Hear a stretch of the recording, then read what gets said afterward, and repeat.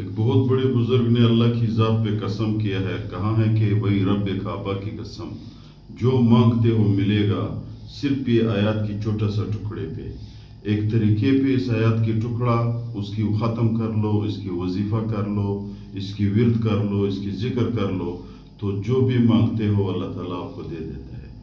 دیکھو میرے بھائیوں، مثال دیا ہے، اس نے مثال یہ دیا ہوا ہے کہ اگر بچہ اپنے والد کو بلاتا ہے، وہ ایسے انداز پہ بلائے کہ والد کی توجہ اپنی طرف کر لے، تو جو بھی مانگتا ہے وہ ملے گا۔ یعنی اپنی مجبوری دکھا کر کے اپنے والد کو، والدین کو، کہ بھئی میری یہ مجبوری ہے، تو والدین اپنے رحم کی وجہ سے اس بچے کی حاجات کو پورا کرتا ہے۔ تو اللہ تعالیٰ والدین سے کئی گنا زیادہ مہربان ہے۔ اگر ہم کسی واسطے سے، دنیا میں بھی ایک قانون ہے، بادشاہ کے پاس ڈائریکٹ جاؤ تو آپ کا کام نہیں ہوتا ہے، جس طرح آپ ایک واسطہ وسیلہ بنا کر کے اس کے پاس جاتے ہو تو آپ کا کام بن جاتا ہے۔ ہمارے گناہ زیادہ ہے، ہم گناہگار لوگ ہیں، ہم اتنے تکڑے نہیں ہیں کہ بھئی اللہ سے جو مانگے اللہ تعالیٰ ہماری دعاؤں کو قبول کرتا ہے۔ اللہ تعالیٰ بڑا مہربان ہے، لیکن ہمارے گناہ بہت زیادہ ہے۔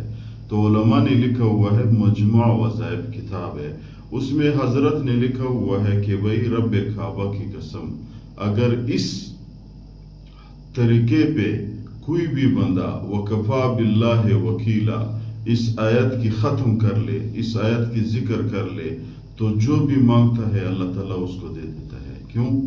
وکفا باللہ وکیلا کا ترجمہ کیا ہے؟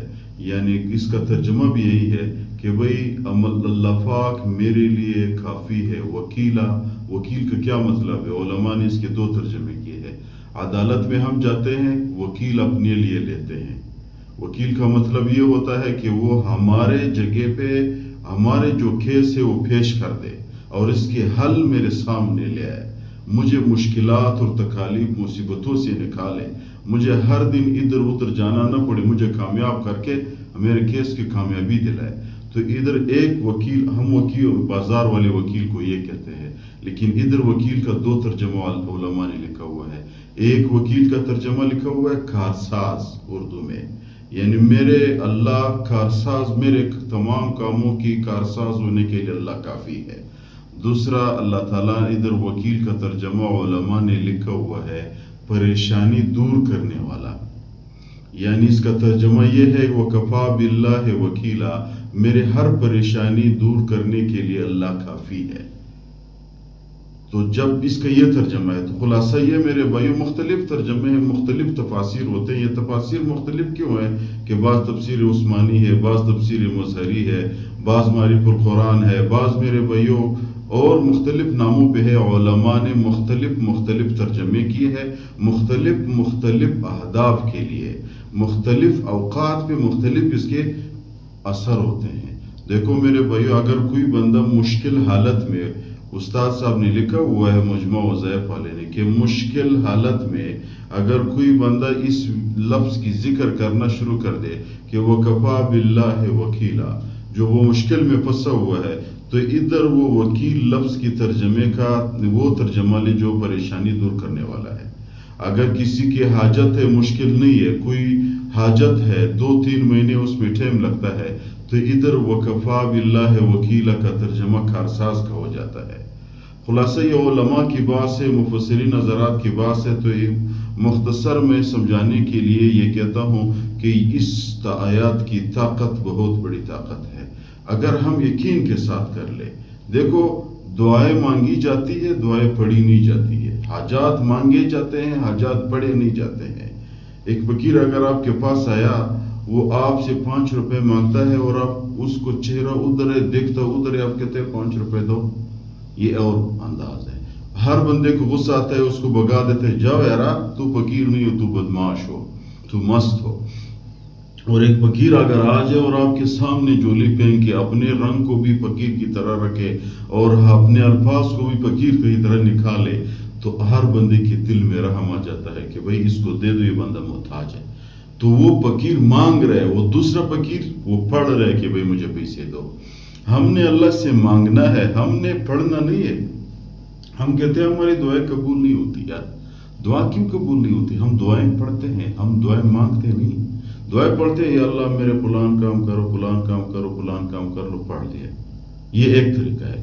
ایک اللہ تعالیٰ کی طرف متوجہ ہو جائے، اپنے دل اور دماغ کو اس طرف کر لے عرش معلیٰ کی طرف کہ یا اللہ میں محتاج ہوں، کمزور ہوں، آپ کے بغیر میرا کوئی کارساز نہیں.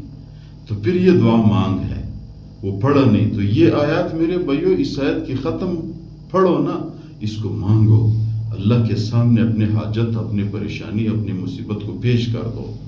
تو کس طرح لکھا ہوا ہے کہ وَكَفَى بِاللَّهِ وَكِيلًا، صبح سورج طلوع ہونے سے پہلے جو بھی مشکل حاجت ہو آپ کی، صبح سورج طلوع ہونے سے پہلے 71 دفعہ پڑھ لو.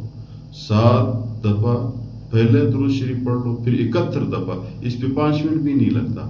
پھر اس کے بعد 7 دفعہ درود شریف پڑھ لو. بس شام کو سورج غروب ہونے سے پہلے 7 دفعہ درود شریف پڑھو، جو بھی درود ہو، صلی اللہ علیہ وسلم، اللہم صلی، درود ابراہیمی پڑھتے ہو، اللہم صلی علی محمد نبی الامی وعلی آلہ وسلم تسلیمہ پڑھتے ہو، جو بھی آسان درود شریف ہو وہ پڑھ لو.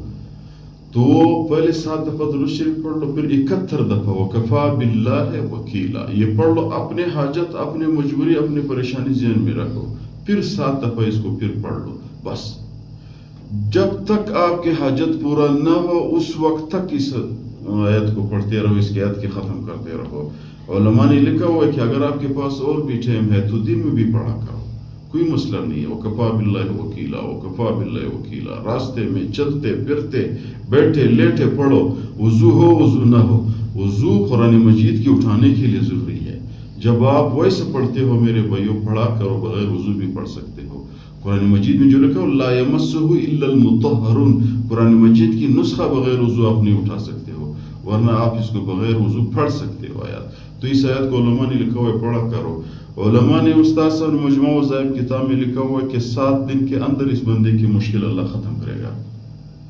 اگر 7 دن نہیں ہوا، 11 دن کے اندر اس کو ایسے آثار نظر آ جائیں گے کہ اس کی مشکل ختم ہونے والا ہے. ہم اللہ کی طرف متوجہ ہو جائے، تمام کام کرنے والا اللہ ہے، مخلوق کے ہاتھ میں کچھ بھی نہیں ہے.